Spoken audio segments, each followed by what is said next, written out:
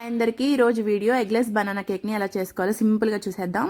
2 బాగా పండిపోయిన బనానాస్ తీసుకోండి. బనానాస్ని సన్నటి పీసెస్గా చేసుకుని మిక్సీ జార్లో వేసుకోవాలి.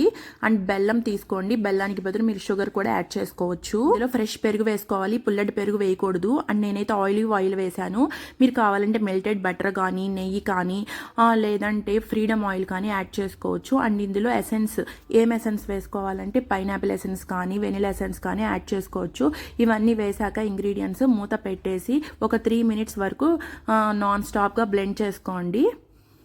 ఇప్పుడైతే డ్రై ఇంగ్రీడియంట్స్ కోసం ఒక బౌల్ తీసుకోండి. అందులో 1.5 కప్ గోధుమ పిండి and 1/2 teaspoon baking powder, 1/2 teaspoon baking soda వేసుకొని మొత్తం ఒకసారి మిక్స్ అయ్యేలాగా ఇలా కలుపుకోండి. కలుపుకున్న తర్వాత మనం ఫస్ట్లో రెడీ చేసుకున్న వెట్ ఇంగ్రీడియంట్స్ ఉంది కదా, అది మొత్తం ఇందులోకి వేసేసి కట్ అండ్ ఫోల్డ్ మెథడ్లోకి కలుపుకోవాలి. కట్ అండ్ ఫోల్డ్ మెథడ్ అనేది రాకపోతే ఏదో ఒక డైరెక్షన్లో నీట్గా కలుపుకోండి. పిచ్చి పిచ్చిగా ఎలా పడితే అలా కలుపుకోకండి, ఎయిర్ బబుల్స్ ఫామ్ అయిపోతాయి.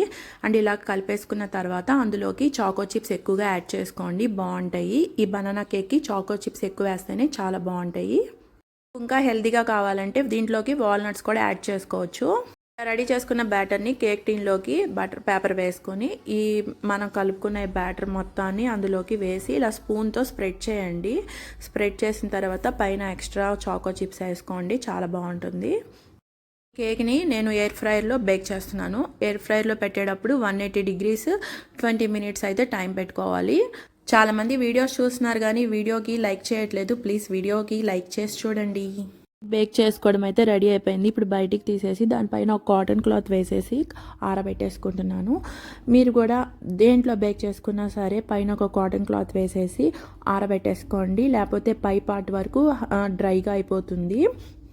అయినా సరే మీరు కేక్ బాగా చల్లారిపోయిన తర్వాతే డిమాల్ట్ చేసుకోండి. కేక్ చల్లారలేదు అనుకోండి, గిన్నెకి సగం అతుక్కునిద్ది, మనకు సగం వచ్చేసిద్ది. అందుకు చెప్తున్నాను, బాగా చల్లారిన తర్వాత ఇలాగ బటర్ పేపర్ ఓపెన్ చేయడం కానీ డిమాల్ట్ చేసుకోవడం కానీ చేసుకోండి.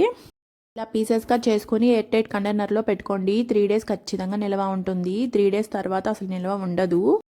మీకు ఈ వీడియో నచ్చినట్టయితే ప్లీజ్ వీడియోకి లైక్ చేయండి, సబ్స్క్రైబ్ చేసుకోండి. సబ్స్క్రైబ్ పక్కన బెల్ ఐకాన్ని టచ్ చేయండి. ఆల్ పర్సనలైజ్ అని 3 ఆప్షన్స్ వస్తుంది. ఆల్ అని టచ్ చేయండి. నేను పెట్టే ప్రతి వీడియో మీకు నోటిఫికేషన్స్గా వస్తాయి. ఈ వీడియో ఎవరికైనా యూస్ఫుల్ అనిపిస్తే వాళ్ళకి షేర్ చేయండి. మీరు చేసుకున్న తర్వాత ఎలా వచ్చిందో నాకు కామెంట్ చేసి చెప్పండి. మనం ఆలివ్ ఆయిల్, బెల్లం, గోధుమ పిండి, బనానాస్ యాడ్ చేసాము. మీరు బనానాస్కి బదులు ఇంకా సీజనల్ ఫ్రూట్స్ ఏదైనా యాడ్ చేసుకోవచ్చు. చాలా బాగుంటుంది, చాలా హెల్దీ అండ్ పిల్లలు చాలా ఇష్టంగా కూడా తింటారు. లైక్ చేయండి.